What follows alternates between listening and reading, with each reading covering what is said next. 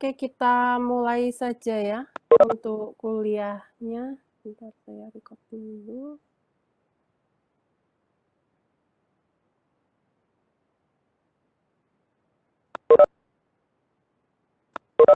Hari ini kita akan membahas terkait reproduksi ya.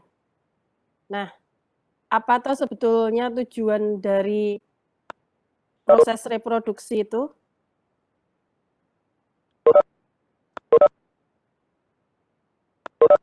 Silahkan. Keturunan, Bu. Menghasilkan keturunan.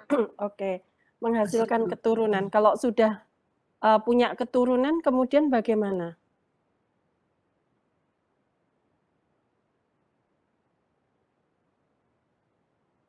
Berkembang jadi banyak, Bu.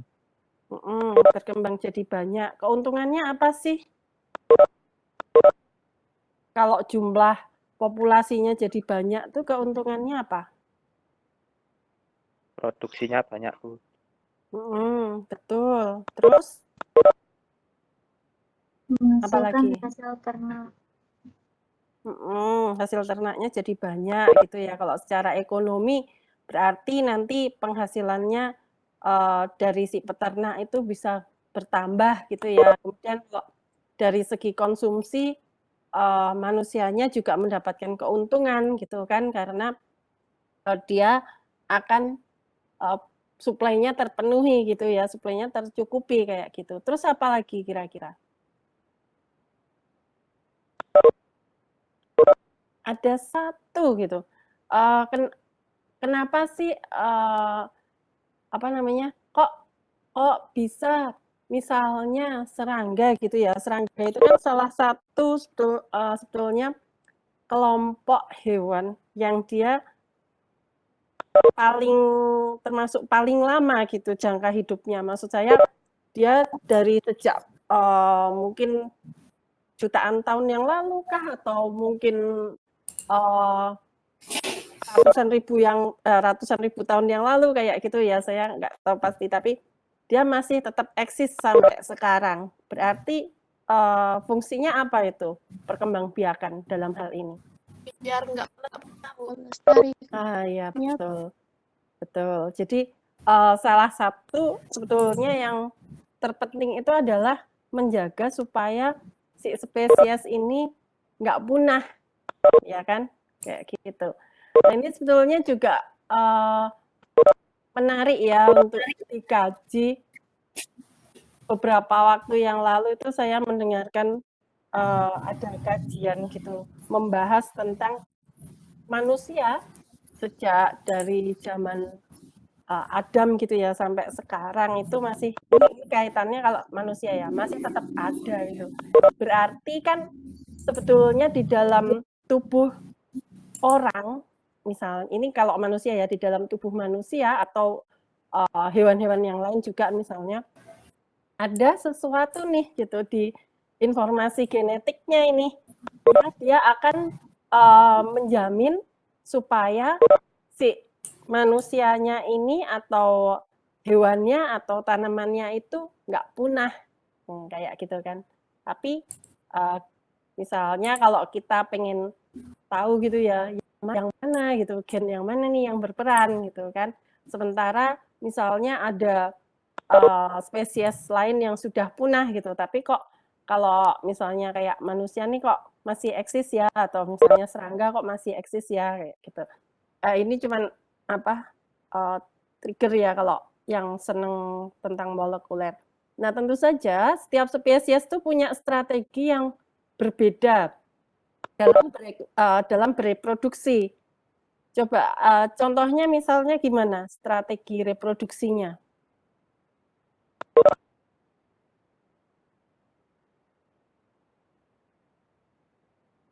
Misalnya supaya ada yang telur, ada yang beranak gitu, Bu. Ada yang bertelur, ada yang beranak kayak gitu kan.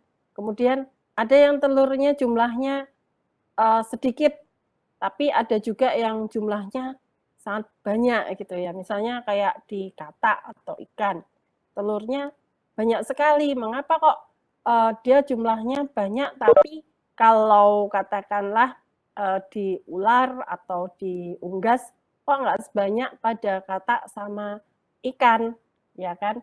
Apa sih yang membedakan strateginya? Atau misalnya mengapa kalau di hewan ternak misalnya kayak sapi gitu ya yang lumayan besar atau kambing kok jumlah kalau melahirkan jumlahnya mungkin antara 1 sampai berapa ya kalau kambing 3 atau 3 ya mungkin ya atau 4 gitu ya. Tapi kalau di rodent misalnya kayak di mencit atau di tikus kok bisa sampai banyak ya misalnya, kok bisa sampai katakanlah 10 atau 12. Nah, mengapa berbeda gitu kan? Kepentingannya apa gitu. Nah, kemudian supaya proses perkembangbiakan ini berhasil, itu kira-kira fungsi apa sih yang harus dimiliki atau fungsi apa yang harus dijalankan oleh sistem reproduksi?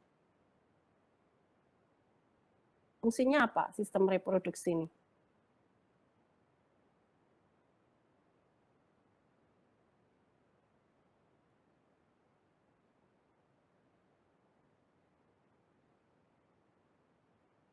Halo, halo.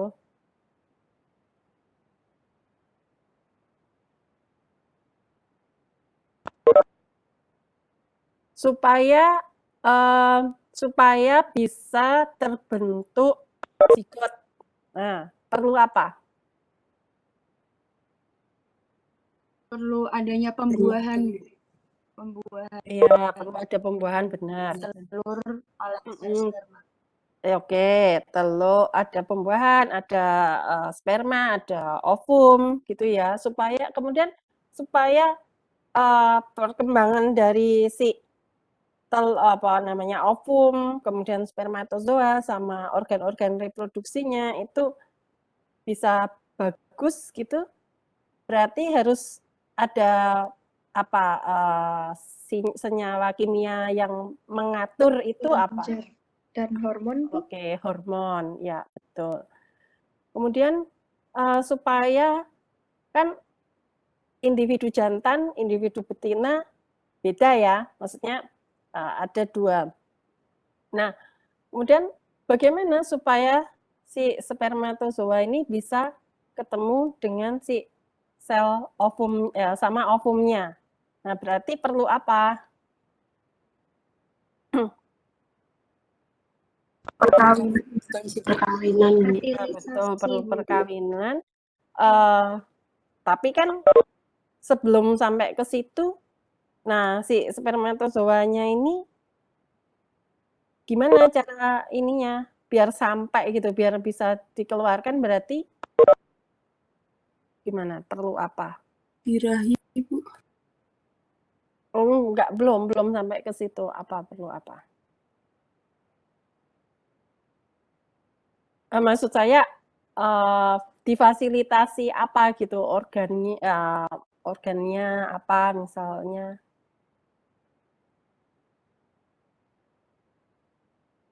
Kan si spermatozoa itu kalau mau ketemu ovum itu kan suatu perjalanan yang panjang gitu ya, jauh kan. Kalau dilihat dari ukuran sel kayak gitu sampai ke tempat fertilisasinya itu kan kalau yang internal jauh tuh. Nah, berarti perlu salurannya ya toh. Kemudian kalau sudah terjadi fertilisasi kemudian terbentuk zigot tadi ya, ini akan terjadi apa sih? Selanjutnya akan terjadi apa?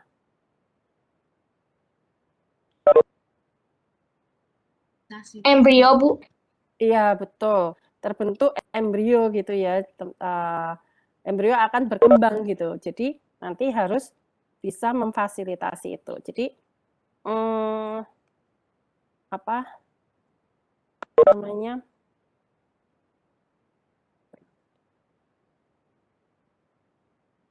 Mau next sih. Oh ya udah. Jadi sistem reproduksi ini setidaknya dia ada 5 fungsi ya. Jadi membentuk sel kelamin ini di mana contohnya apa? Contoh organnya apa ini kalau membentuk sel kelamin nih?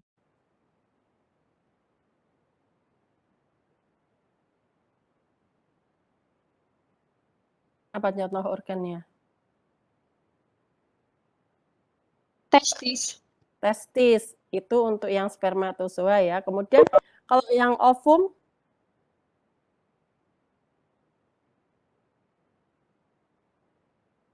apa organnya? Ovarium, Bu. Ya, ovarium.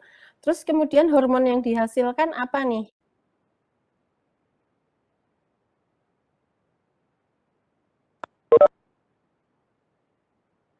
Estrogen. Estrogen, testosteron, terus Progesteron. ya Progesteron. progesteron kayak gitu. Nanti ada juga yang namanya inhibin juga gitu ya. Kemudian yang untuk menyalurkan sel kelaminnya ini ada apa aja sih organnya?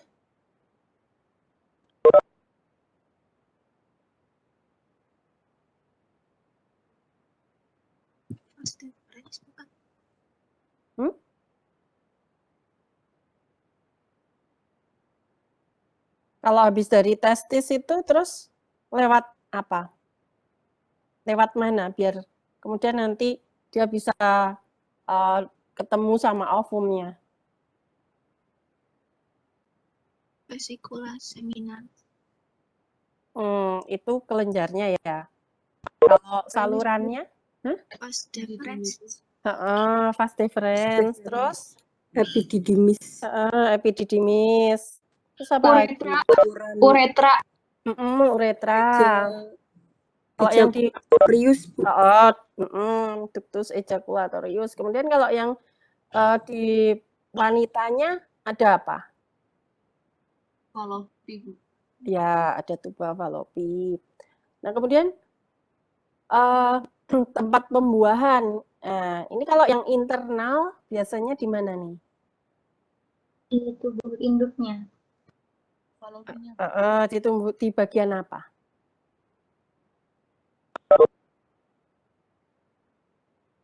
Vagina bukan? Di tuba fallopian, Bu. Ovarium. Ovarium, Bu. Jadi biar terjadi pembuahan itu ovumnya harus diapain sih? Kan ovumnya di ovarium nih, biar dia bisa dibuahi berarti dia harus mengalami apa tuh? Ya, Ovulasi, Bu. betul, mengalami ovulasi. Nah, kemudian nanti setelah mengalami ovulasi kemana nih si telurnya ini, si sel telurnya ini? Dia ada di mana gitu? Setelah ovulasi posisinya di mana? Rahim. Tuba fallopi, Bu. Nah, di tuba fallopi, betul. Nah, nanti atau ovidak ya, ada yang nyebut ovidak juga.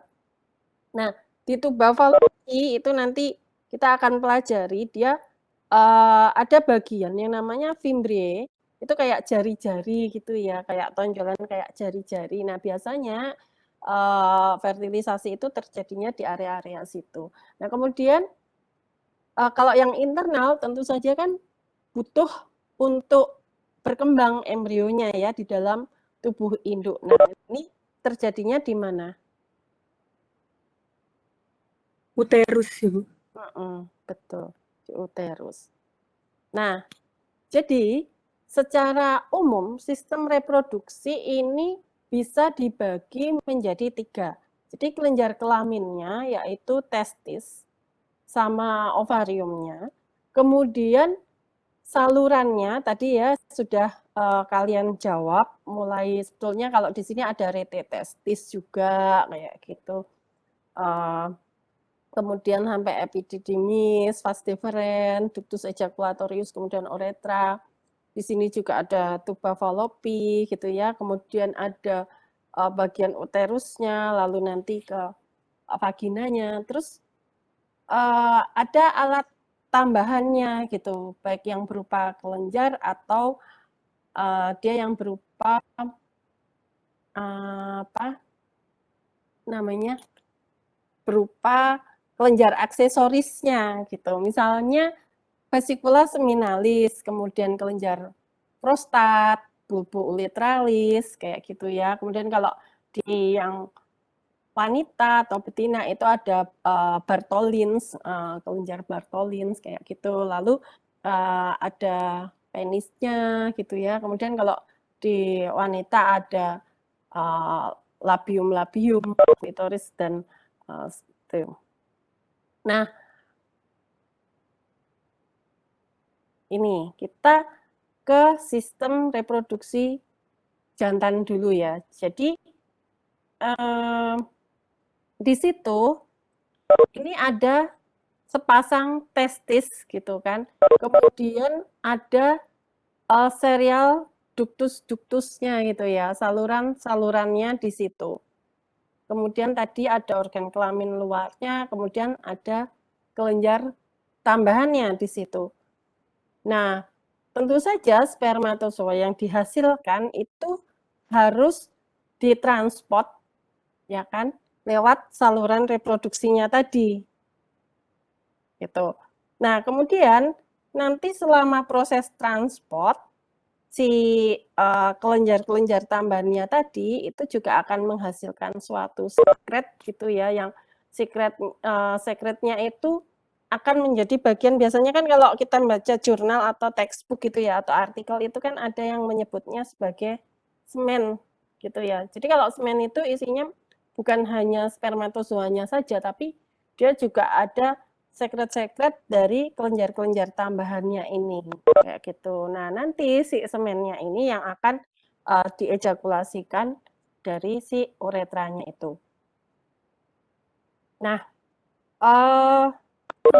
kita ini saya ngambilnya manusia ya contohnya, karena kalau manusia itu sebetulnya dia yang paling kompleks, tapi kalau untuk yang hewan-hewan lain itu analog lah. Testis ini dia lokasinya ada di mana sih sebetulnya?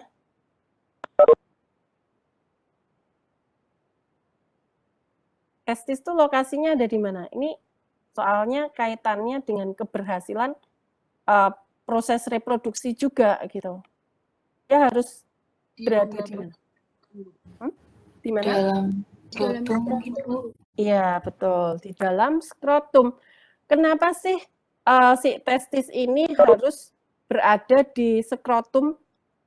Misalnya dia di rongga perut aja gitu. Kira-kira bisa nggak?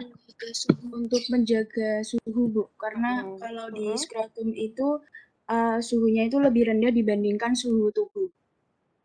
Oke. Nanti kalau suhunya lebih rendah, terus keuntungannya apa?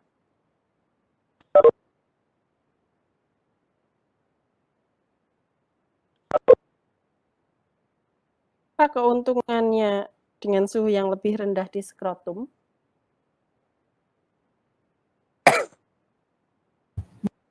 Mungkin dengan sel spermanya, Bu.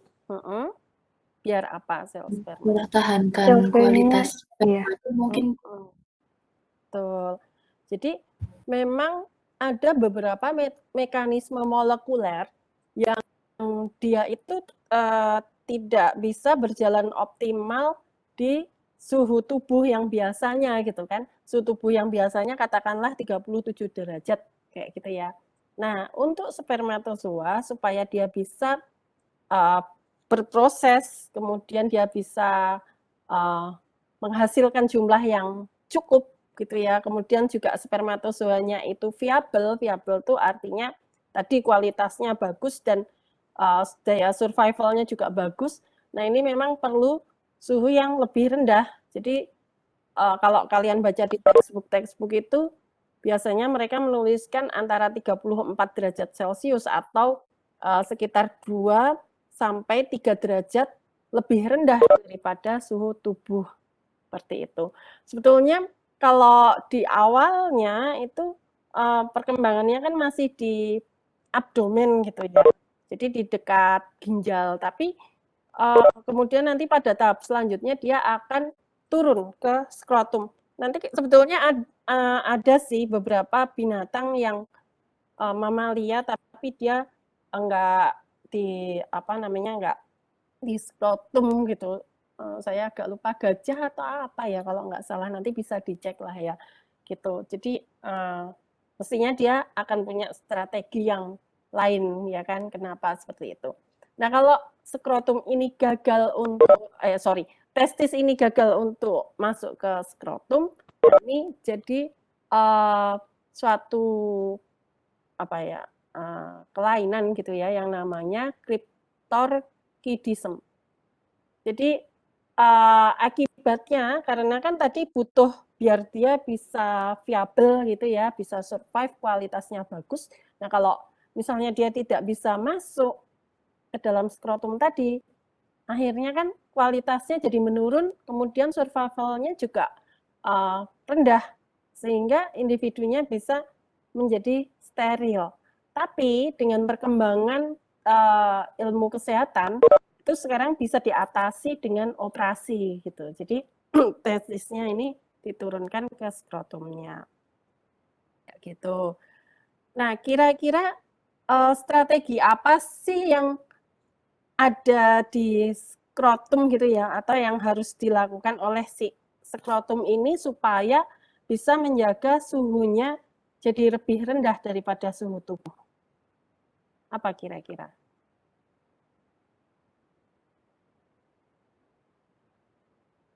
Mengkerutkan gitu, jadi mengkerut terus mendekatkan gitu ke tubuh. Oke, ya betul. Terus apa lagi?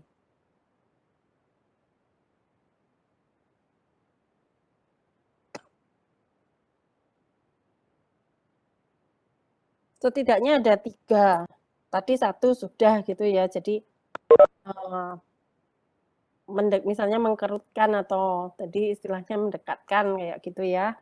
Terus apa lagi?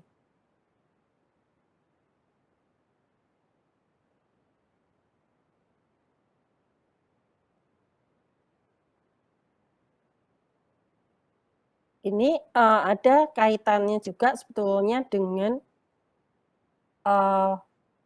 vaskularisasi ya, tentu saja ya. Jadi di situ ada apa namanya, ada arteri gitu kan, testicular arteri gitu, nanti dia dilingkupi oleh plexus venosus, ini akan membawa darah yang dia lebih dingin gitu dari testis. Jadi nanti ada kayak aliran udara yang arahnya tuh berlawanan kayak gitu, sehingga di situ akan terjadi pertukaran panas. Makanya karena tadi ada darah yang lebih dingin, nah maka skrotumnya bisa dipertahankan suhunya lebih rendah. Kemudian selain itu juga ada penguapan berupa keringat, karena kan skrotum itu juga sebetulnya lapisannya adalah kulit ya, jadi dia bisa memfasilitasi lewat pengeluaran keringat itu untuk mengurangi panas.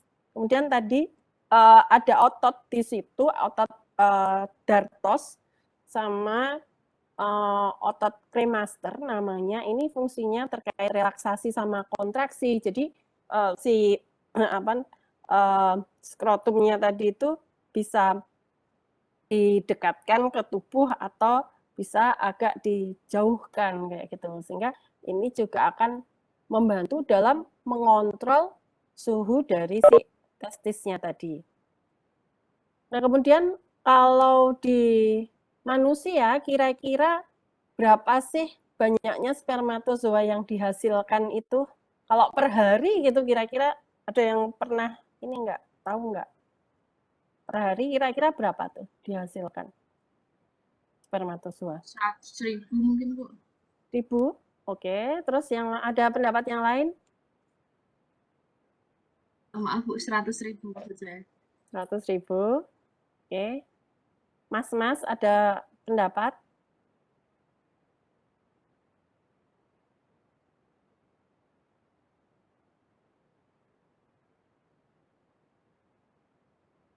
Halo, ini penting loh, penting harus tahu gitu, karena nanti apalagi orang peternakan ya. Ya, berapa?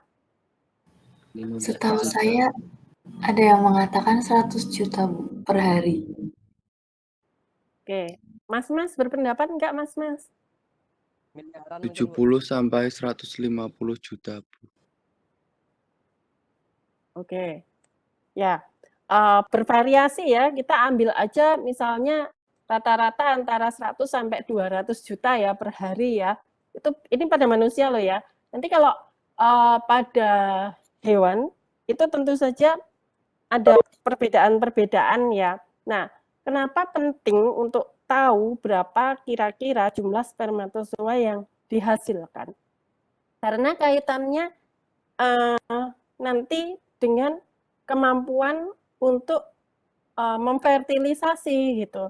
Jadi kalau jumlah spermanya sedikit di kasus-kasus oligosperma gitu, maka biasanya akan sulit gitu ya untuk membuahi. Memang gini ya, kan untuk membuahi ovum itu butuh berapa spermata sebetulnya? 1, Bu. 1 ya. Nah, betul. Butuh 1, tapi kok pasukannya banyak gitu kan. Kenapa butuh pasukan sampai banyak? Kalau dipikir-pikir kok kayaknya nggak efektif ya. Misalnya, ini maksudnya dari hitungan matematika manusia ya. Kok kayaknya boros gitu ya, mubazir gitu kan. Kenapa nggak misalnya kan kalau butuhnya cuma 1 ya biar efektif 20 lah misalnya ya, atau 50 aja lah, kayak gitu kan biar nggak susah-susah gitu. Kok harus sampai ratusan juta? Kenapa kira-kira?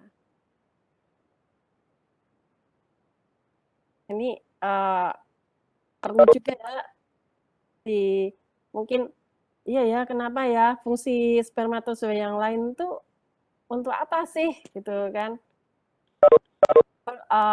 Jangan-jangan memang perlu tim hore gitu kan, tim hore yang banyak gitu. Jadi supaya nanti yang satu itu semangat gitu kan untuk fertilisasi misalnya kayak gitu ya. Atau jangan-jangan yang lain nih sebetulnya karena kondisi di saluran reproduksi wanita itu kan yang sangat apa istilahnya keras gitu ya, lingkungannya tuh lingkungan yang keras gitu. Jadi jangan dianggap bahwa oke, sekedar pertemuan antara spermatozoa sama ovum sudah gitu, enggak gitu. Si spermatozoa ini tuh sebetulnya sejak dia dibentuk itu tuh udah cobaannya tuh udah lumayan banyak dia. Terus nanti misalnya dia supaya bisa menjadi viabel dan motil ya atau pergerakannya itu juga harus cepat misalnya, harus taktis gitu. Itu udah banyak gitu peristiwa yang harus dia alami. Belum lagi nanti dia harus kalau kalian lihat nih di sini perjalanannya ini kan panjang ya, berkelok-kelok jauh, nanti dia masih lewat rete testis kayak gitu kan. Kemudian nanti dia lewat ductus efferentnya, kemudian epididymisnya aja kelok-kelokannya luar biasa gitu ya. Kemudian lewat ductus deferens, kemudian nanti dia masih lewat ductus ejaculatorius, kemudian ke uretra. Belum lagi nanti masuk ke saluran reproduksi betinanya kayak gitu ya. Jadi memang perjuangannya itu sangat panjang gitu ya, sangat panjang dan sangat keras. Makanya memang butuh banyak di lingkungan di sistem reproduksi yang betinanya itu juga kondisi kondisi salurannya atau organnya itu juga nggak serta-merta langsung bisa dilewati dengan nyaman gitu ya oleh si spermatozoa tuh enggak gitu. Makanya harus ada strategi, kemudian juga harus banyak sehingga nanti yang betul-betul bisa memfertilisasi itu ya memang jagoannya kayak gitu. Tetap biar bagaimanapun apapun hasilnya yang sanggup memfertilisasi itu adalah jagoannya itu. Yang lain-lainnya itu udah istilahnya udah kalah kayak gitu ya. Ya dalam tanda kutip ya. Meskipun sebetulnya di beberapa textbook itu juga bilang bahwa dengan adanya spermatozoa yang lain itu juga nanti kayak memberi suatu lingkungan yang diperlukan untuk terjadinya fertilisasi itu. Nah, oke, kemudian ini ya tadi dari tubulus seminiferus di sini dia ada banyak lobus-lobusnya Terus kalau kita tahu tadi jumlahnya berapa yang dibutuhkan, sehingga kita tuh bisa ngecek kalau katakanlah, oh kok si hewan ternak saya ini ya, dia mungkin mau kawin gitu ya, tapi kok nggak bisa beranak gitu. Kemudian misalnya, oh oke, cek jumlah spermatozoanya, ternyata jumlah spermatozoanya tidak banyak gitu ya, tidak sebanyak yang dibutuhkan misalnya. Makanya perlu juga strategi misalnya gimana nih gitu kan supaya dia bisa menghasilkan banyak, atau misalnya dia nggak banyak hasilnya tapi kemudian tetap bisa fertilisasi. Nah ini di sini setelah dari tubulus seminiferus, kemudian dia ada jalinan-jalinan ya di sini namanya retetestis, kemudian nanti di bagian yang agak di proksimalnya gitu ya, bagian agak atasnya ini ada bukaan gitu ya, sedikit bukaan, kemudian di sini ada segmen-segmen pendek yang relatif lurus, ini namanya adalah ductus efferens, kemudian ini bagian head of epididymis atau kepala epididymisnya, kemudian nanti nyambung sampai ke bagian badan epididymis, lalu di bagian ekor epididymisnya, terus nanti sampai ke ductus efferensnya, ya, kemudian nanti ada ductus ejaculatorius, terus uretra, kemudian nanti dikeluarkan lewat penisnya, gitu. Nah, jadi kita juga nanti perlu tahu gitu, sebetulnya spermatozoa itu mengalami maturasi itu di mana. Sehingga kalau misalnya untuk ngecek jumlah spermatozoa, kemudian ngecek apakah dia sehat atau enggak, itu kita harus tahu gitu, tempatnya itu di mana, maturasinya di mana. Gitu.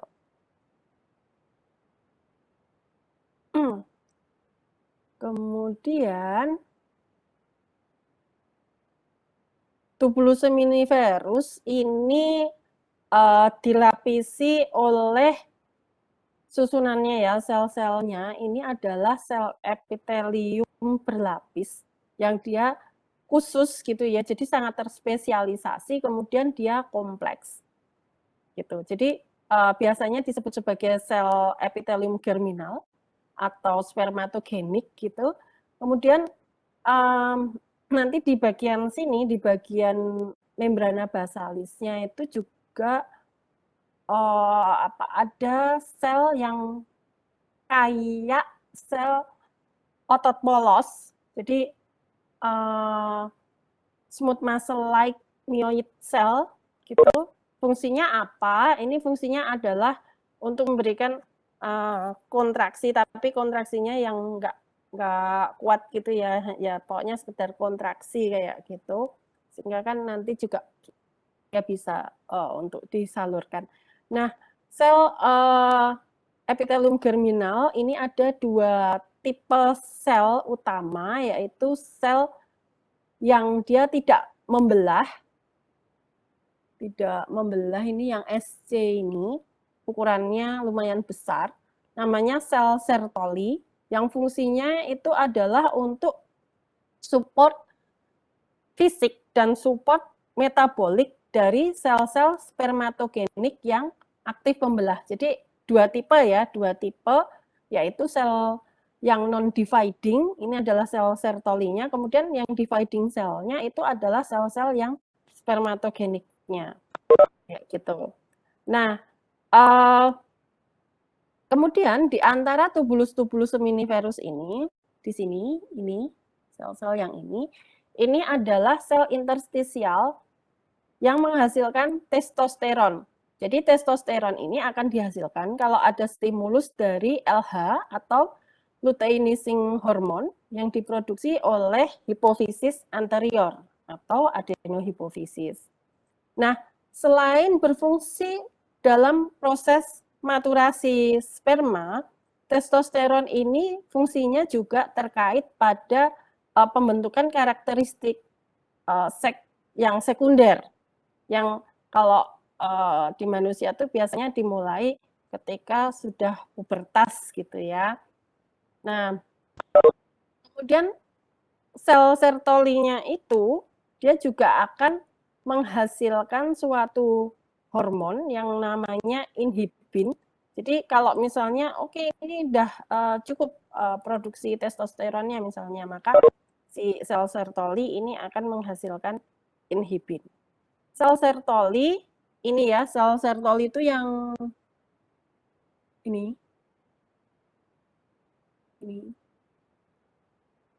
Bukan yang bulat-bulatnya ya, tapi yang besar-besar ini. Nah, itu bentuknya adalah epitel kolumner yang lumayan tinggi gitu ya. Kemudian dia akan menutrisi si sel-sel spermatogeniknya. Nih, sel spermatogeniknya. Nah, si sel Sertoli ini ada istilahnya kayak membagi bagian dari tubulus minivirus itu menjadi bagian kompartemen basal, kemudian kompartemen atluminal. Itu yang sini, yang basal, ini atluminal, sini.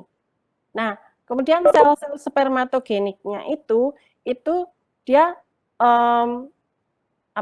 kayak sebetulnya ya istilahnya itu bukan nempel ya, tapi dia betul sangat closely associated gitu dengan bagian permukaan dari si sel Sertoli ini, karena kan nanti spermatozoanya ini butuh support metabolik sama fisik dari sel Sertolinya itu.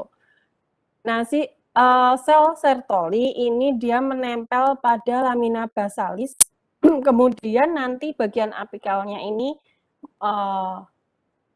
ini kan lumen gitu, jadi bagian apikalnya itu mengarahnya ke lumen. Kemudian satu sel Sertoli ini kan hanya skematik ya, tapi aslinya ini bisa support antara 30 sampai 50 spermatogenik selnya itu tadi.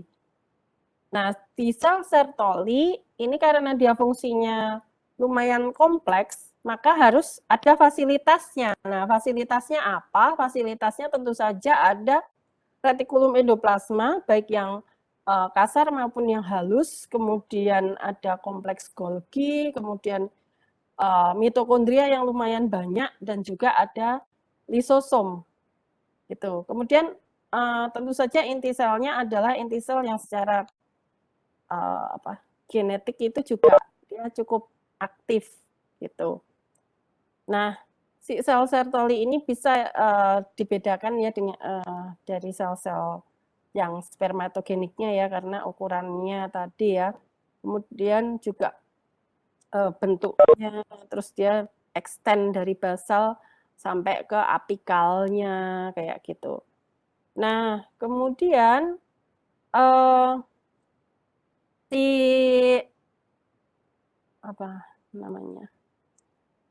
sel Sertoli ini di situ kita bisa melihat bahwa ada spermatogonia ini di bagian basal gitu ya letaknya. Nanti di sini ada tight junction-nya. Kemudian tapi kalau yang bagian ini dia tidak dia masih ada hubungannya dengan jaringan interstisial yang tervaskularisasi itu yang mengandung limfosit sama sel-sel imun yang lain gitu. Kemudian nanti dia akan menjadi yang sperma pindah gitu ya, kalau udah menjadi spermatosit yang primernya kayak gitu dia tetap nempel di sel Sertolinya. Kemudian nanti spermatosit sekunder, terus spermatid kayak gitu. Tapi kalau yang sudah tahap-tahap itu dia udah nggak ada kontak-kontak lagi dengan si pembuluh-pembuluh darah kayak gitu. Jadi salah satu hal yang penting di sini itu adalah si sel Sertoli itu nanti dia memfasilitasi pembentukan sawar darah testis. Jadi kalau di dalam tubuh itu ada blood tissues barrier, ada banyak ya. Jadi ada blood tissues barrier itu ada yang mungkin paling sering didengar itu adalah yang BBB, yang blood brain barrier. Lalu ada yang nanti di timus, blood timus barrier. Terus yang ini testis, blood testis barrier. Ada juga yang di pulmo, itu juga ada sawarnya juga di situ. Jadi nanti kita akan bahas ini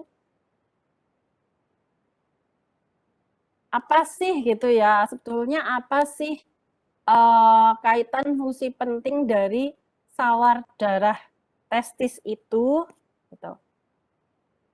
Nih. Jadi sawar darah testis itu merupakan salah satu sawar darah yang sangat ketat gitu ya pengaturannya di dalam tubuh mamal. Mengapa? Karena dia akan salah satunya mencegah serangan sistem imun ke sel-sel spermatogenik gitu. Jadi sel-sel spermatogenik itu sebetulnya juga dianggap sebagai sesuatu yang asing. Jadi kalau misalnya nanti ketemu dengan sistem imun itu bisa terjadi autoimmune attack kayak gitu. Nah ini harus dihindari. Kemudian nanti juga kita pelajari bahwa terkait dengan itu juga mencegah masuknya zat-zat yang berbahaya juga gitu ya. Jadi terkait dengan fungsi sel Sertoli sebagai sawar darah ini setidaknya ada 3 fungsi. 3 fungsi utama dari sel Sertoli yaitu sebagai sel yang mensupport, memprotek dan menutrisi sel-sel spermatogenik yang sedang berkembang gitu. Ini satu ya, jadi supporting protective. Kemudian nutrition itu ya, nourish gitu, memberikan nutrisi ke sel-sel spermatogenik. Ini karena memang si sel-sel spermatosit, kemudian sel-sel spermatid sama spermatozoanya itu betul-betul terisolasi dari si plasma protein kayak gitu. Jadi karena ada sawar darah testisnya tadi gitu, sehingga nutriennya dia itu juga sangat tergantung dari si sel Sertolinya, seperti itu. Juga termasuk misalnya ada transport metabolik yang lain kayak gitu. Nah kemudian juga melindungi, protektifnya itu melindungi dari sistem komponen sistem imun tadi gitu ya, supaya tidak terjadi autoimmune attack. Seperti itu. Kemudian sel Sertoli tentu saja juga harus support supaya sel-sel spermatogeniknya itu bisa berkembang dengan baik. Maka dia harus mensupport dengan berbagai growth factor dan juga apa istilahnya senyawa-senyawa yang dia diperlukan untuk proses diferensiasi. Nah, itu fungsi yang pertama. Kemudian fungsi yang kedua itu adalah fungsi eksokrin sama fungsi endokrin. Itu. Jadi dia akan secret apa ya, kayak water gitu ya. Yang nanti akan membawa si spermatozoa itu bisa dikeluarkan dari si testisnya. Kemudian dia juga akan menghasilkan androgen binding protein yang dia nanti dengan apa namanya konsentrat testosteronnya ini akan maksudnya dia akan mengkonsentrat testosteron sampai ke level yang diperlukan untuk proses spermiogenesis gitu, yang kemudian nanti akan yang nanti akan prosesnya itu dipicu oleh FSH. Kemudian sebagai fungsi endokrin tadi si sel Sertoli, sini ini ya Sertolinya yang nomor 7 ini, itu akan menghasilkan juga inhibin. Jadi tadi ya sudah dijelaskan kalau oke, testosteronnya sudah cukup, maka dia akan menghasilkan inhibin. Jadi dia akan memberikan feedback feedback loop gitu ya, regulation. Nah, kemudian sel Sertoli ini juga mensekresikan suatu protein yang disebut Mullerian Inhibiting Substance (MIS) yang menyebabkan regresi dari embryonic Mullerian ductus. Jadi kalau MIS-nya itu nggak ada, ductusnya ini akan tetap ada, ductus Mullerian-nya ini akan tetap ada, dan dia akan menjadi bagian dari sistem reproduksi yang betina. Kemudian fungsi yang ketiga itu adalah fagositosis. Jadi selama proses spermatogenesis itu kan nanti ada pengelupasan dari ekses sitoplasma itu sebagai badan-badan residual. Nah, ini nanti akan difagosit oleh sel Sertoli di lisosomnya kayak gitu. Nah, kemudian kita akan bahas terkait salurannya tadi sudah ya, epididymis ini. Jadi spermatozoa itu akan mengalami maturasi penuh itu di epididymis, kemudian juga flagelanya menjadi fungsional itu di epididymis gitu.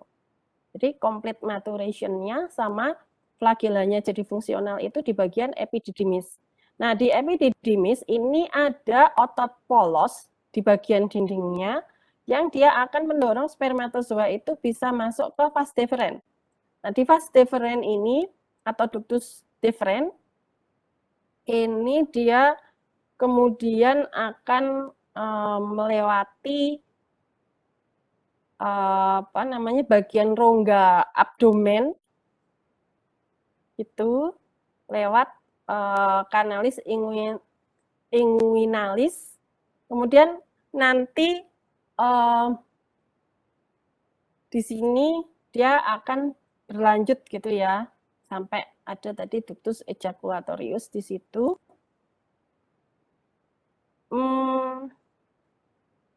Kemudian di ductus deferens itu juga ada otot polosnya gitu ya, yang dia juga bisa kontraksi sehingga nanti si spermatozoanya itu juga bisa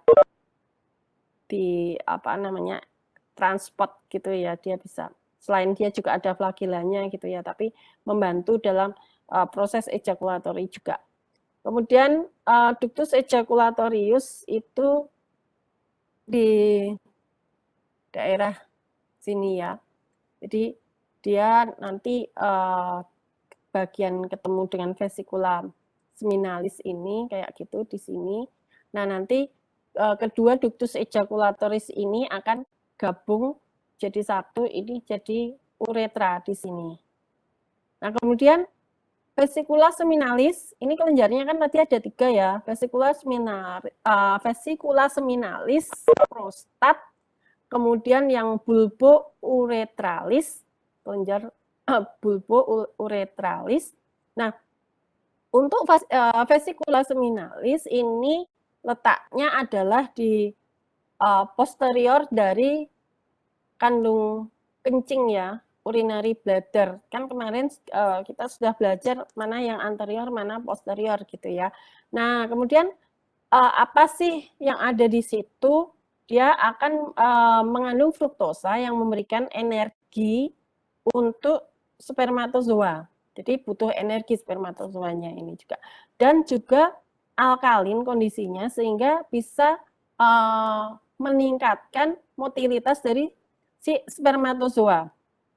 Nah, selanjutnya ada kelenjar prostat. Ini melingkupi bagian utama dari uretra ya. Jadi ini kan cuman menunjukkan bahwa oh di dalamnya itu ada uretra loh. Jadi maka ini adalah ya gambarnya di situ agak dipotong gitu ya. Ini ya. Tapi ini aslinya penuh gitu.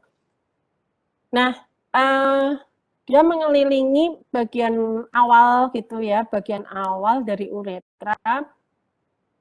Kemudian dia juga mensekresikan cairan-cairan yang alkalin gitu sehingga nanti akan membantu menjaga motilitas dari spermatozoa juga. Kemudian nanti di situ juga ada otot polosnya gitu ya, dia kontraksi selama proses ejakulasi itu sehingga nanti berkontribusi untuk pengeluaran semen.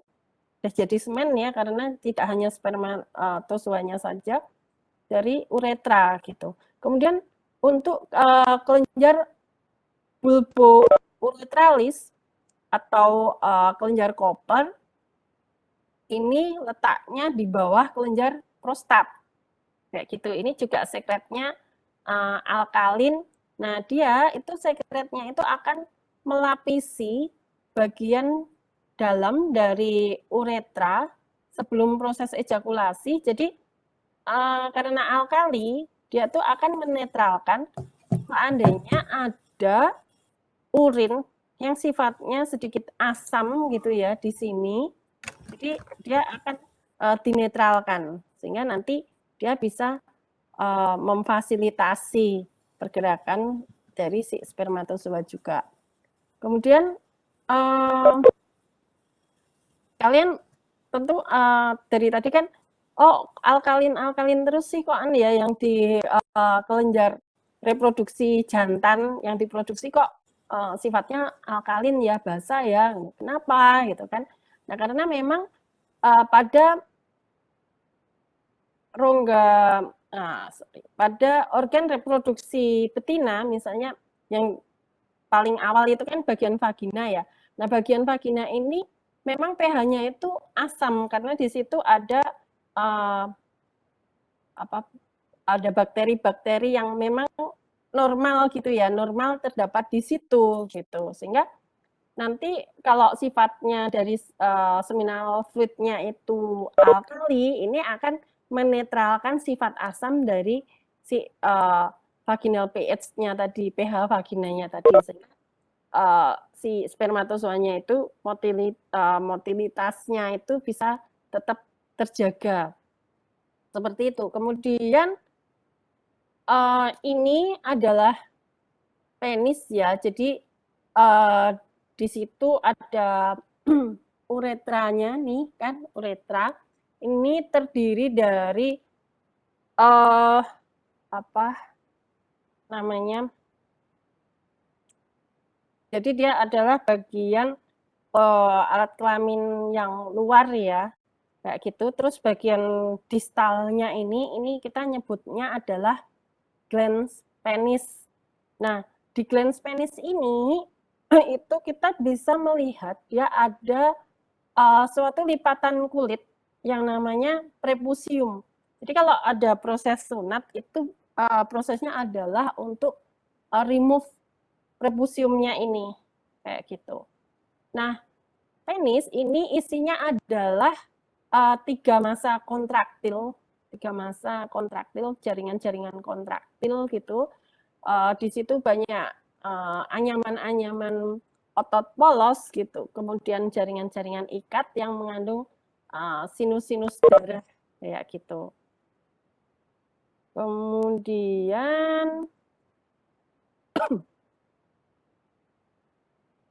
nah, ini tubulus seminiferus ya, kalau misalnya nanti dia sudah disekresikan gitu ya, itu akan gabung dengan sekret-sekret yang dari vesika seminalis, kemudian kelenjar prostat, kemudian juga yang bulbouretralis tadi, sehingga pH-nya itu sekitar 7,4 gitu. Nah, kalau di manusia selama proses ejakulasi itu biasanya semennya itu yang dikeluarkan antara 2 sampai 4 mili gitu. Sehingga Kalau misalnya katakanlah tadi antara 100 atau 200, misalnya kalau 100 juta gitu ya, misalnya per milinya 100 juta, nah berarti berapa gitu. Tentu saja kalau jumlahnya kurang dari itu, sekali lagi akan berefek gitu ya pada proses reproduksinya.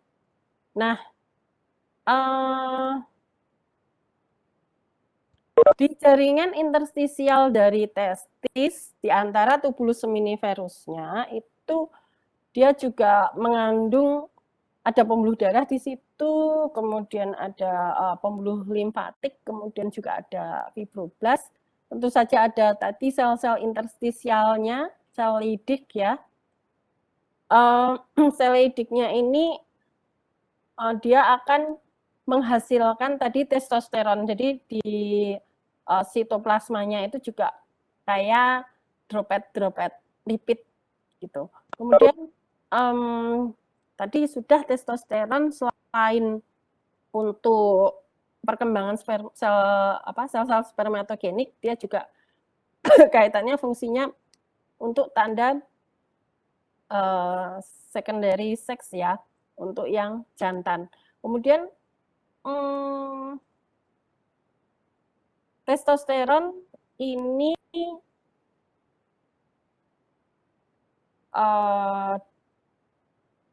dipicu oleh tadi LH ya, LH atau ada yang menyebutnya ICSH ya, interstitial cell stimulating hormone itu. Nah, ini dimulai pas puberti tadi. Jadi hipotalamusnya ini mulai memproduksi si gonadotropin releasing hormone kayak gitu. Nah, kalau pada fase embrio ini biasanya pada bulan ketiga atau keempat masa kehamilan itu memang akan ada sintesis testosteron gitu untuk membantu perkembangan kelenjar-kelenjar atau saluran-saluran reproduksi pada jantan. Tapi kemudian nanti setelah itu mereka akan mengalami regresi, terus selnya menjadi quiescence. Quiescence itu artinya dia tetap hidup tapi dalam fase, dalam tanda kutip, dia nggak ngapa-ngapain dulu gitu. Nah, nanti baru setelah masa pubertas, itu dia akan diproduksi lagi, akan memproduksi lagi testosteron. Nah, faktor-faktor apa yang berpengaruh terhadap reproduksi jantan ini ada tadi suhu sama lokasi testis ya sudah, kemudian makanan ini juga tentu saja makanan-makanan yang sehat terutama vitamin itu akan sangat dibutuhkan untuk perkembangan dari tubulus seminiferusnya sehingga nanti akan menjamin produksi spermatozoa yang sehat, yang kualitasnya juga oke ya, tentu saja. Kalau di biologi itu sudah sejak puluhan tahun yang lalu sebetulnya, kalau mungkin di peternakan saya rasa juga sama, kalau kalian searching tesis atau skripsi-skripsi itu ya yang zaman-zaman dulu itu juga banyak penelitian, misalnya efek efek yang waktu itu tuh ada efek pare atau biji pare kayak gitu atau terong gitu kan terhadap kualitas sperma gitu. Jadi yang dilihat nanti dari jumlah spermanya, kemudian motilitasnya gitu, terus bentuk dari spermatozoanya kayak gitu-gitu.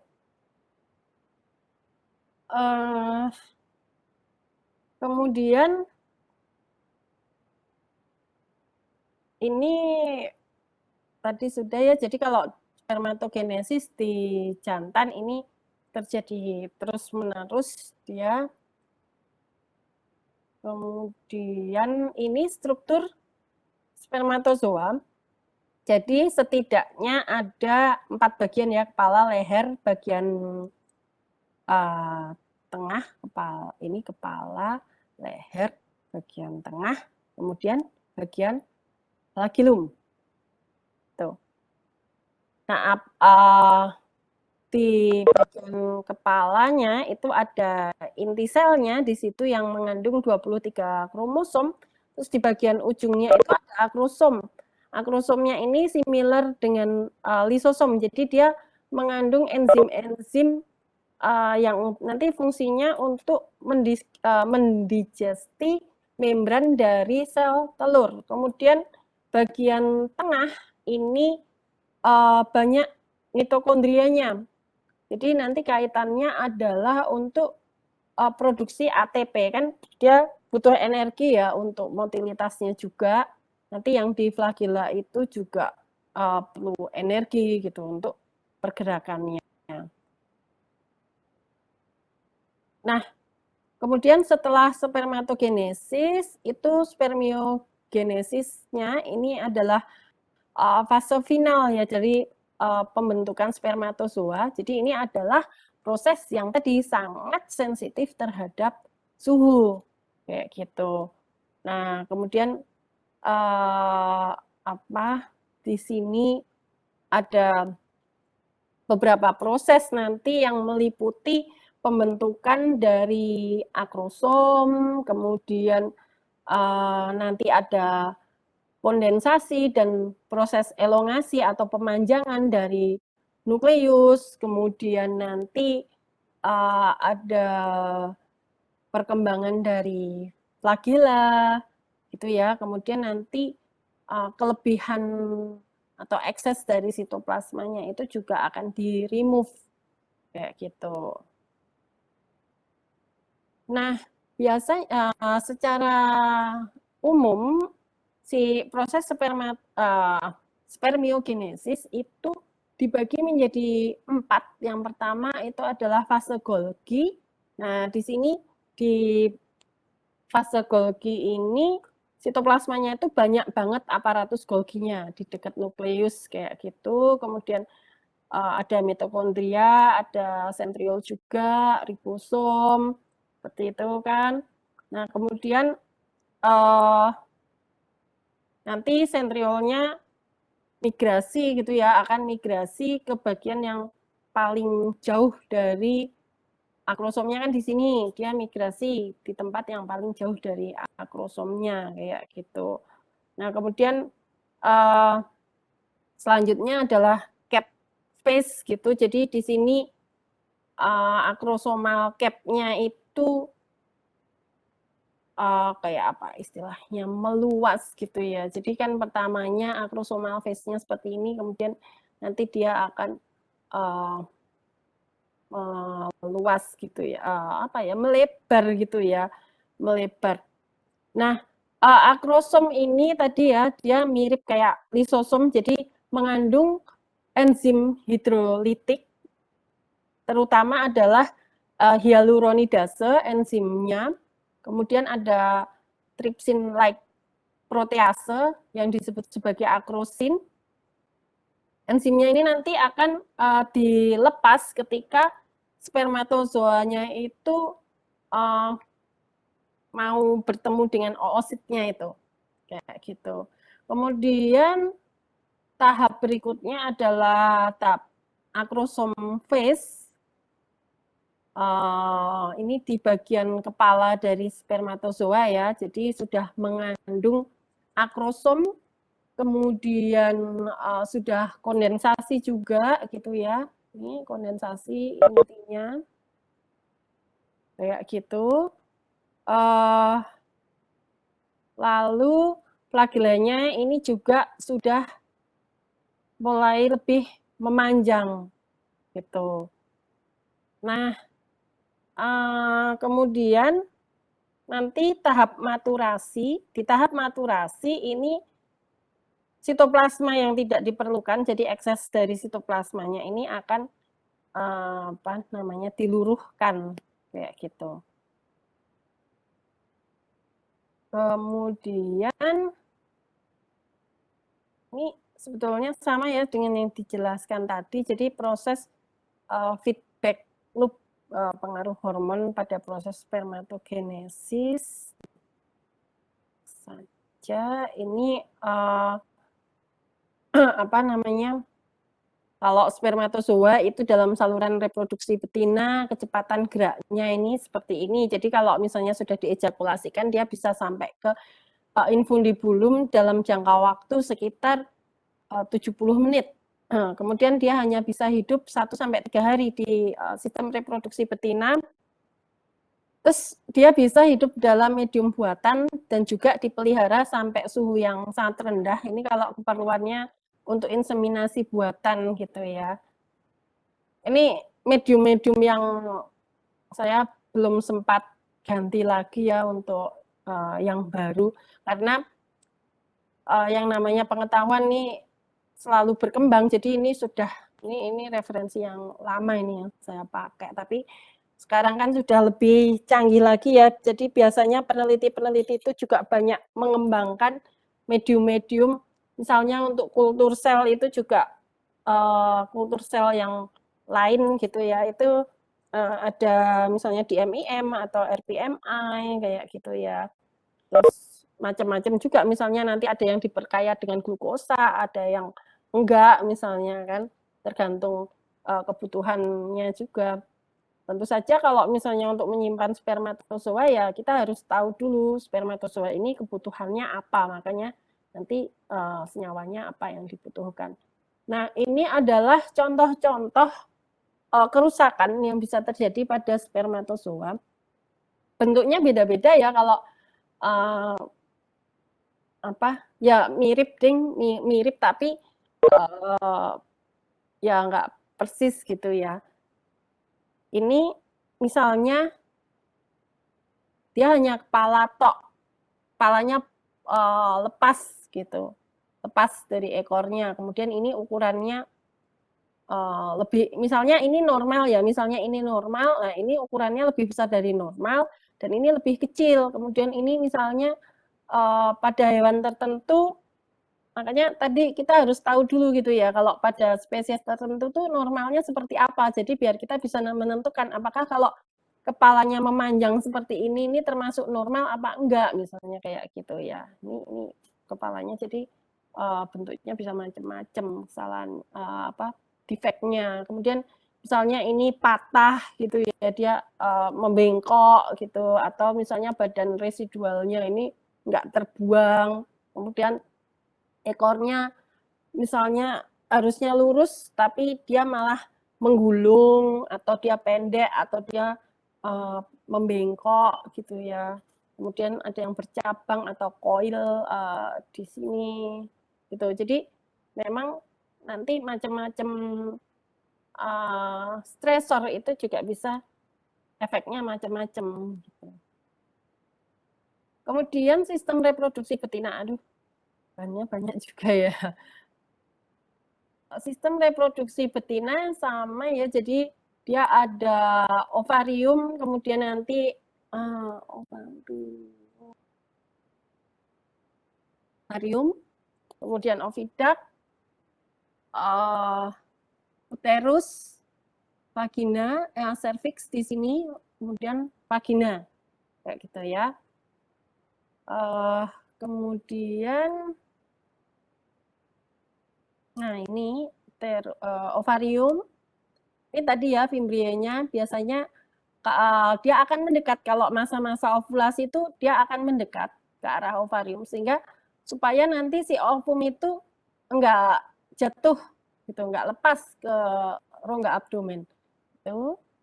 Nah, biasanya di daerah sini nih terjadi fertilisasi.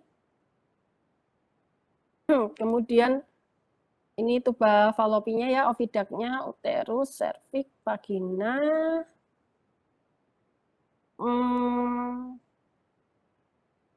Kemudian ini sama sih, tapi tampak lateral, kemudian ya tampak depan, tampak samping.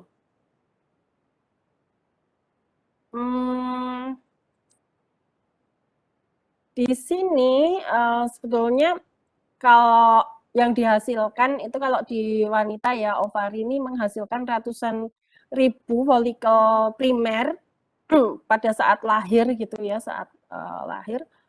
Kemudian nanti selama masa usia subur itu sebetulnya folikel yang diproduksi yang akan menjadi mature gitu ya, yang mature itu hanya sekitar 300 sampai 400 kayak gitu. Nah, kemudian di sini nanti ada sel-sel folikel juga yang menghasilkan estrogen. Kemudian untuk maturasi folikelnya itu perlu hormon estrogennya sama FSH-nya. Itu kemudian nanti mature follicle ini itu yang biasa disebut sebagai follicle de Graaff juga. Kemudian nanti bersama dengan hormon LH tadi itu akan menyebabkan terjadinya ovulasi, yaitu luruhnya folikel yang sudah matang gitu ya, dilepas sehingga ovumnya itu bisa lepas kayak gitu. Kemudian ya di tuba Fallopi ini tadi ada fimbrienya ya, jadi kalau pas ovulasi dia akan mendekat kayak gitu. Kemudian juga karena si ovum ini kan nggak punya flagella ya, nggak ada alat untuk lokomosinya. Nah, maka struktur dari tuba Fallopi ini juga nanti akan memfasilitasi supaya si ovum ini bisa bergerak maju ke arah uterus gitu. Jadi di situ ada juga otot-otot polosnya yang memberikan gerakan peristaltik sehingga nanti ovumnya bisa diarahkan ke uterusnya. Nah, si fertilisasi itu biasanya tadi di tuba Fallopi ya. Kemudian kalau tidak terjadi fertilisasi itu ovum akan mati sekitar 1 sampai 2 hari setelah ovulasi tadi. Kalau nggak ada fertilisasi, ovum mati 1 sampai 2 hari setelah ovulasi tadi. Tapi kalau terjadi fertilisasi, dia akan jadi zigot gitu. Nah, kemudian nanti zigotnya ini sampai ke uterus itu, ini kalau di manusia ya, biasanya sekitar 4 sampai 5 hari, kemudian nanti dia akan terjadi implantasi gitu di sini. Implantasi terus berkembang. Tapi pada beberapa kasus itu si zigotnya ini sebetulnya ketika berkembang di sini dia nggak melulu zigot ya, dia ada pembelahan fase pembelahannya juga ya. Nah, ada yang dia tuh nggak mau cepet misalnya atau lambat sehingga kadang-kadang itu terus akhirnya udah waktunya implantasi ya udah dia implantasi di sini misalnya. Nah, ini akan terjadi yang namanya proses ectopic pregnancy. Jadi kehamilan di tempat yang nggak normal kayak gitu. Jadi misalnya di tuba Fallopi atau bisa juga di ovariumnya itu sendiri atau mungkin dia jatuh ke rongga abdomen gitu.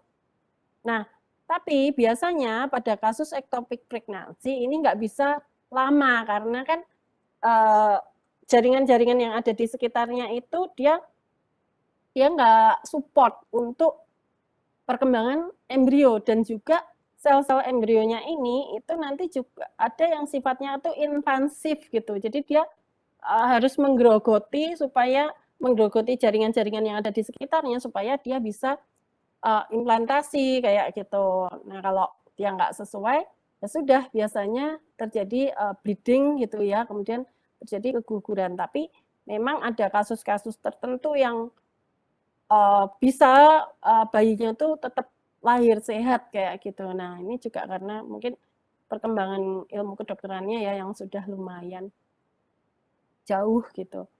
Nah, uterus tadi untuk perkembangan si embrio tadi ya.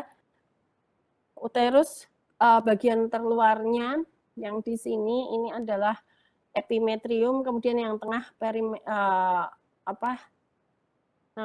myometrium. Kemudian yang paling dalam itu adalah bagian endometrium. Kayak gitu. Nah, bagian endometrium itu ada lapisan basilarnya sama lapisan fungsional, nanti biasanya dengan pengaruh estrogen sama progesteron yang dari ovarium tadi, itu akan terjadi perkembangan pembuluh darah, dia menebal di bagian fungsional layernya kayak gitu. Kenapa dia harus menebal dan banyak pembuluh darahnya? Jadi kalau misalnya ovulasi itu untuk persiapan, semisal nanti ada implantasi kayak gitu. Tapi kalau misalnya nggak terjadi fertilisasi, nah itu maka akan luruh lapisan fungsionalnya itu. Maka terjadi proses yang namanya menstruasi. Terus vagina ya, vagina ini biasanya dilapisi himen gitu yang kemudian di situ ada bakterinya ya, yang bakteri normal sebetulnya di situ menjaga pH-nya asam di daerah sini. Kenapa kok harus pH-nya asam gitu kan? Tadi kan kalau asam spermanya mati kalau langsung ketemu dengan pH asam gitu, makanya spermanya harus alkalin. Tapi kenapa dia harus pH-nya asam? Nah, karena memang dia harus menjaga, kan banyak patogen gitu kan yang masuk, itu bisa jadi banyak patogen, makanya dia harus pH-nya tuh harus asam supaya nanti bisa membunuh atau mengeliminasi si patogen-patogennya tadi. Kemudian bagian eksternalnya ini ada klitoris, ini bagian erektilnya, kemudian ada labium minor sama labium mayor, kayak gitu. Kemudian ada kelenjar Bartholin. Kelenjar Bartholin itu juga disebut sebagai kelenjar vestibular. Ini fungsinya adalah mensekresikan kelenjar yang menjaga supaya nanti lapisan mukosanya itu tetap lembab, terus nanti untuk sebagai pelumas gitu. Jadi kalau terjadi perkawinan tuh di vagina itu ada pelumasnya. Kemudian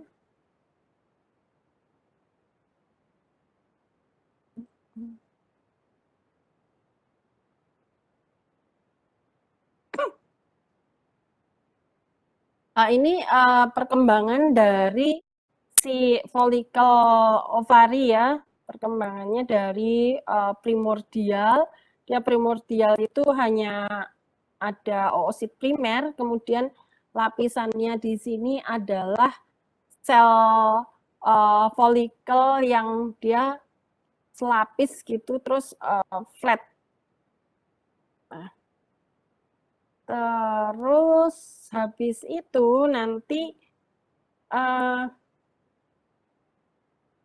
oosit primordialnya itu dia juga akan berkembang kayak gitu, berkembang sehingga nanti di sini ini selnya kan proliferasi gitu ya, sel-sel folikelnya proliferasi, kemudian nanti menjadi sel folikel pada masa pertumbuhan atau pada masa perkembangan kayak gitu. Nah, di situ nanti terjadi pertumbuhan oositnya, terus nanti sel-sel folikelnya juga akan mengalami proliferasi di situ, terus diferensiasi juga. Terus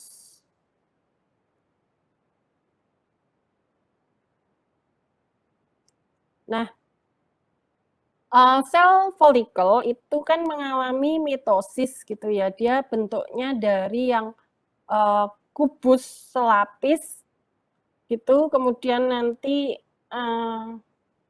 menjadi proliferasi, kemudian dia menjadi berlapis gitu ya. Kemudian dia menjadi berlapis. Nah, nanti di antara bagian dari si oosit sama lapisan pertama, sel-sel granulosanya ini nih, sel granulosanya itu yang merah, ini namanya adalah zona pelusida, kayak gitu.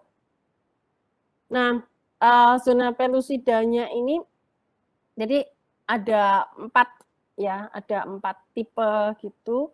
Nah, kemudian ada yang ZP3 sama ZP3 sama ZP4. Nah, itu penting sebagai reseptor spermatozoa. Gitu. Jadi nanti spermatozoa itu kan ada binding proteinnya gitu ya di permukaannya gitu.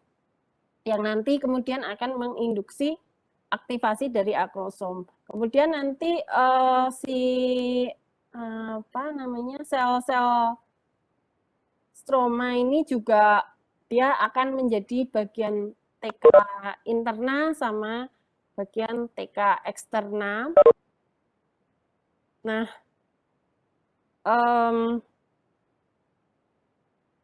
ini ya bagian TK interna, kemudian bagian TK eksternanya, kemudian nanti di situ di TK interna ini dia selnya tuh mensekresikan androstenedion kayak gitu.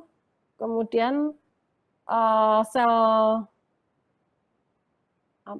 di sel granulosa itu ada enzim aromatase yang akan mengubahnya menjadi estradiol kayak gitu. Kemudian nanti yang paling luar itu TK eksterna. Ini adalah ada di situ nanti ada otot polos, sel-sel otot polos sama fibroblast. Itu ya. Kemudian ada macam-macam di sini ada follicular fluid. Jadi cairan membentuk ruang gitu ya yang berisi cairan. Nah, ini isinya adalah ada growth factor, kemudian ada antikoagulan heparan sulfat proteoglikan, kemudian ada steroid kayak estrogen, progesteron kayak gitu, kemudian ada glukosaminoglikan yang asam hyaluronatnya kayak gitu ya. Kemudian nanti dia akan berkembang di sini membentuk kayak apa sih namanya kalau bentukan kayak leher ya, apa sih namanya, small hillock tuh. Jadi dia agak masuk gitu ya, kemudian bentuk kayak suatu struktur, ini namanya Cumulus oophorus kayak gitu. Nah, ini namanya yang sudah mature ini adalah biasanya disebut sebagai follicle de Graaff kayak gitu.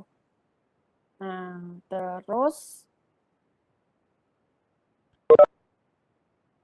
kalau secara histologisnya itu di bawah mikroskop terlihatnya seperti ini ya. Jadi ini follicle primordialnya, kemudian ini yang primer, yang sekunder, kemudian ini adalah follicle de Graaff-nya, tapi ini hanya diambil di bagian yang ada Cumulus oophorus-nya, kemudian ada corona radiatanya kayak gitu ya. Tapi sebetulnya ini kan ukurannya besar sekali. Gitu.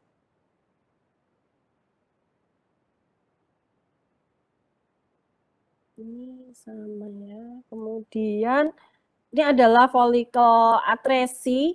Jadi kan sebagian besar dari follicle ovarium itu dia degeneratif. Nah, ini jadi atresi dia.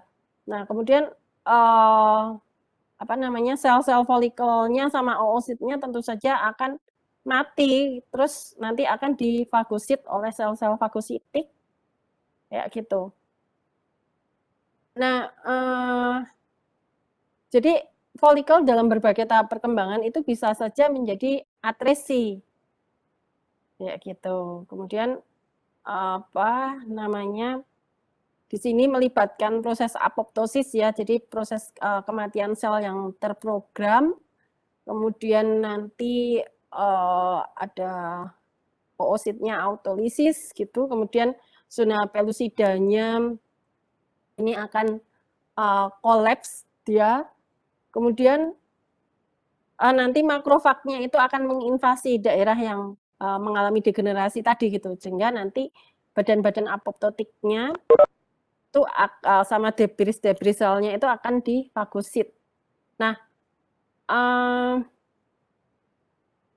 jadi folikel atresinya ini bisa terjadi mulai dari sebelum lahir ya sampai beberapa tahun setelah menopause kayak gitu.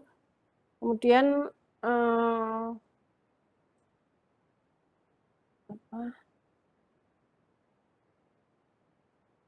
ya itu terus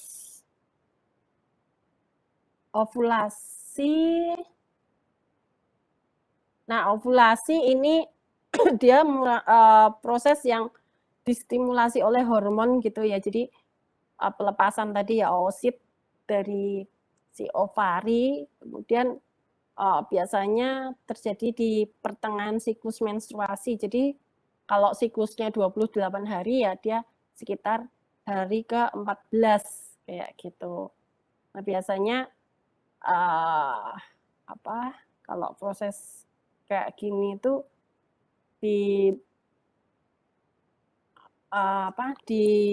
ovarium ya di selnya. Nah, selnya ini folikel yang mature tadi itu akan jadi menonjol gitu, dia akan menekan lapisan ovarium itu bagian luarnya ada tunika albuginianya, jadi akan ditekan oleh si folikel yang sudah mature tadi gitu, yang dia menonjol tadi gitu, sehingga di situ karena tertekan kondisi jadi aliran darahnya itu jadi terhambat gitu, area di situ aliran darahnya itu terhambat atau terblok ya, kemudian terjadi peluruhan. Nah, kalau di manusia itu biasanya setiap kalinya itu cuma satu ya oosit yang dilepaskan kanan kiri itu bergantian. Tapi pada kasus tertentu bisa saja lebih dari satu. Kalau misalnya seseorang mengkonsumsi obat penyubur gitu ya, itu biasanya kadang juga akan memicu multi ovulasi gitu. Jadi nggak hanya satu yang ovulasi, tapi bisa beberapa sel telur yang ovulasi, sehingga nanti bisa bayinya itu jadinya kalau terjadi fertilisasi gitu ya, ovum yang terfertilisasi jadinya nggak cuma satu gitu, tapi ya misalnya ada 2 ya, terus akhirnya jadi 2, atau kalau 3 ya berarti jadi 3 kayak gitu ya.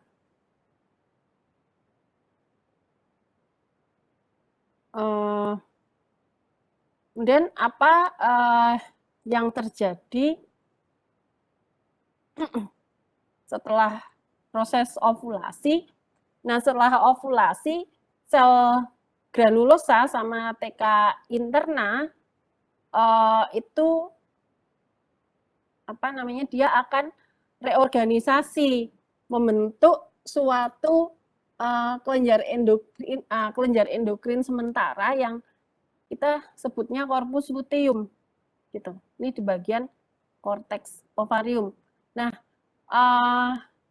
kemudian nanti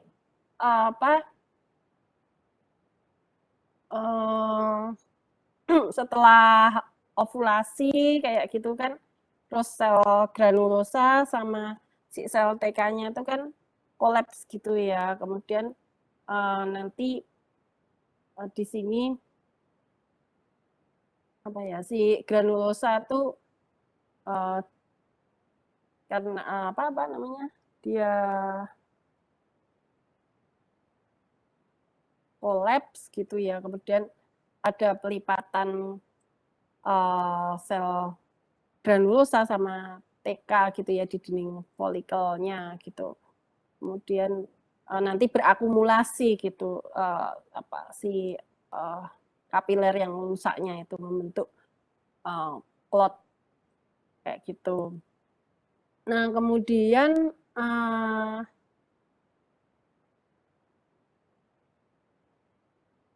tentu saja ini ada pengaruh dari hormon-hormonnya tadi ya. Terus habis itu kalau yang corpus luteum tadi itu juga umurnya tergantung ada kehamilan atau enggak gitu. Kalau misalnya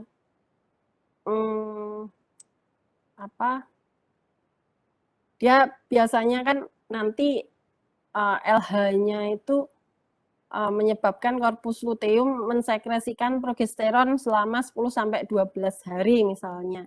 Tapi kalau nggak ada stimulasi dari LH, kemudian memang nggak ada kehamilan, nah nanti dia stop, produksinya stop, terus selnya akan apoptosis, kayak gitu.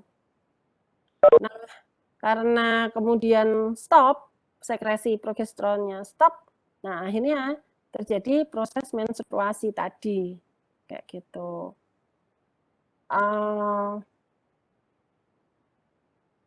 Tapi kalau misalnya terjadi kehamilan, nah maka kan embrio itu harus dipertahankan. Jadi bagian mukosa uterus itu nggak boleh luruh gitu, nggak boleh ada menstruasi. Soalnya kalau misalnya luruh kan berarti nanti embrionya juga ya akan luruh gitu. Maka tetap harus dipertahankan tuh nanti corpus luteum ini menjadi sangat besar gitu ya. Kemudian nanti dia juga akan dipertahankan oleh si HCG gitu, hormon HCG. Terus nanti juga dia akan ada plasenta juga di situ, sudah berkembang plasentanya, ini juga akan menghasilkan progesteronnya tadi yang dia akan berguna untuk menjaga supaya uterusnya itu tetap ya dia nggak mengalami peluruhan kayak gitu. Nah kemudian karena sudah diganti oleh si plasenta tadi, nah ini udah selesai juga tuh fungsinya si corpus luteumnya. Kemudian dia degenerasi, kemudian ya dia degenerasi. Kemudian, nah ini adalah proses siklus menstruasi gitu.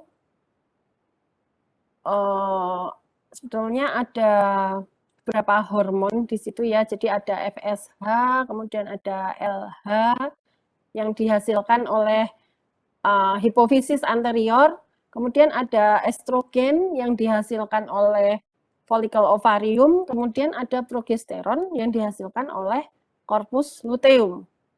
Kayak gitu. Jadi fluktuasi hormonnya ini kayak yang terlihat di sini, fluktuasi hormonnya ketika terjadi proses menstruasi. Jadi di sini ada 3 siklus sebetulnya. Jadi siklus menstruasi, kemudian nanti fase yang folikular, kemudian fase yang luteal. Nah, kalau di fase menstruasi ini ada lapisan fungsional. Ini lapisan fungsional dari endometrium itu akan mengalami peluruhan tadi gitu ya. Jadi biasanya kan berapa sih lamanya menstruasi itu 2-8 hari gitu ya, atau rata-rata 3-6 hari ya gitu. Nah, pada fase itu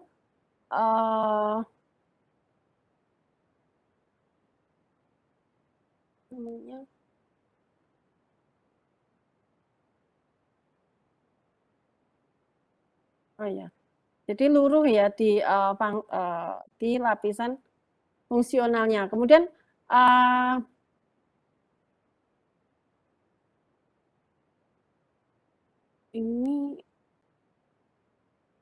kemudian fase folikular. Di fase folikular nanti FSH ini akan menstimulasi pertumbuhan dari folikel ovarium kayak gitu. Kemudian juga dia akan menstimulasi sekresi estrogen dari sel-sel folikelnya ini. Kemudian nanti sekresi dari LH ini juga akan meningkat. Gitu. Tapi dia peningkatannya ini agak pelan gitu ya di sini. Kemudian nanti si FSH bareng-bareng sama si estrogennya ini itu dia akan menyebabkan pertumbuhan dan maturasi dari si ovum. Nah, kemudian estrogen itu juga akan menstimulasi pertumbuhan pembuluh darah di endometrium. Kayak gitu. Nah, jadi untuk meregenerasi ini kan tadi habis menstruasi ya, kan luruh ya. Kemudian ini perlu diregenerasi kayak gitu. Nah, kemudian nanti fasenya ini selesai pada ovulasi gitu. Jadi terjadi ovulasi. Nah, fasenya selesai. Ketika ovulasi nanti tiba-tiba bukan tiba-tiba ya, tapi ketika ovulasi, setelah ovulasi LH-nya ini akan turun gitu, dia langsung akan menurun dengan tajam gitu.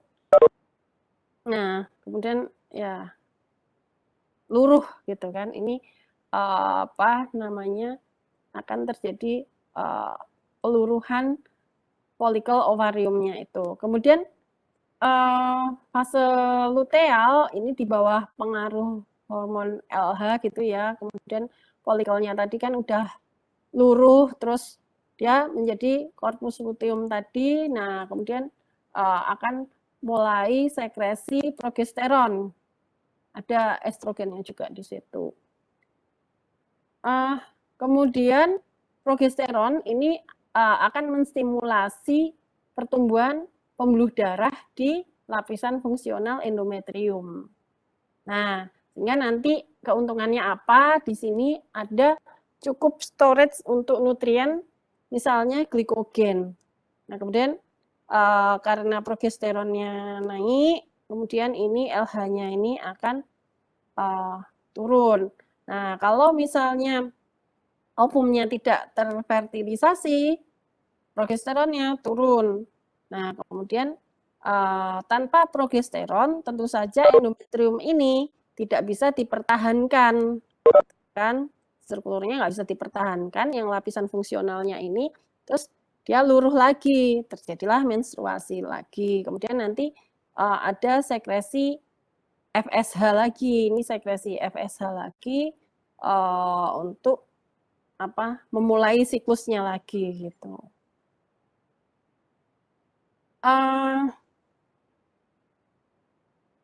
Kemudian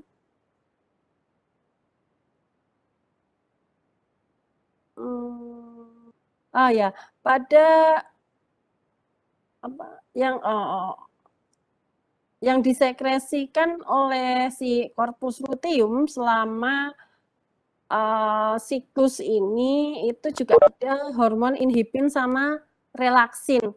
Nah, kalau inhibin ini dia akan menghambat sekresi FSH, kemudian mungkin juga akan menghambat sekresi LH-nya juga.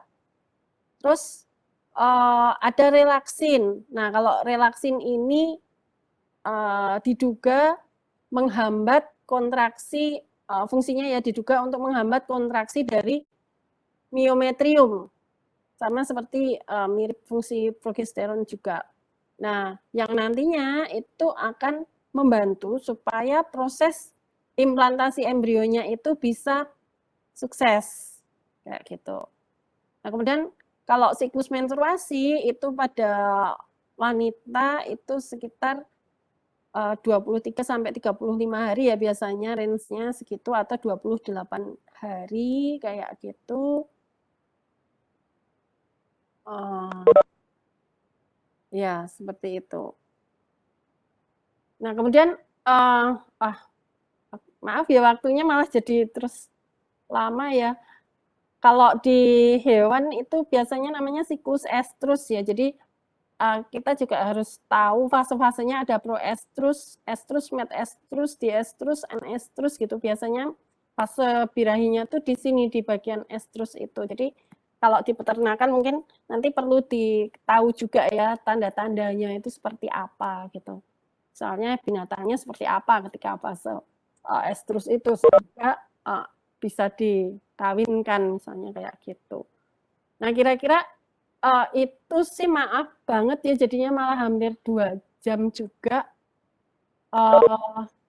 Sudah hampir jam 9 juga. Mungkin kalau kalian ada kuliah yang lain, nanti kalau ada pertanyaan lewat ini aja ya, lewat WA aja ya, atau silahkan email juga boleh. Kayak gitu. Oke. Mungkin itu dulu untuk hari ini. Mohon maaf kalau ada kesalahan dan terlalu lama ya jadinya. Oke, selamat pagi. Assalamualaikum warahmatullahi wabarakatuh.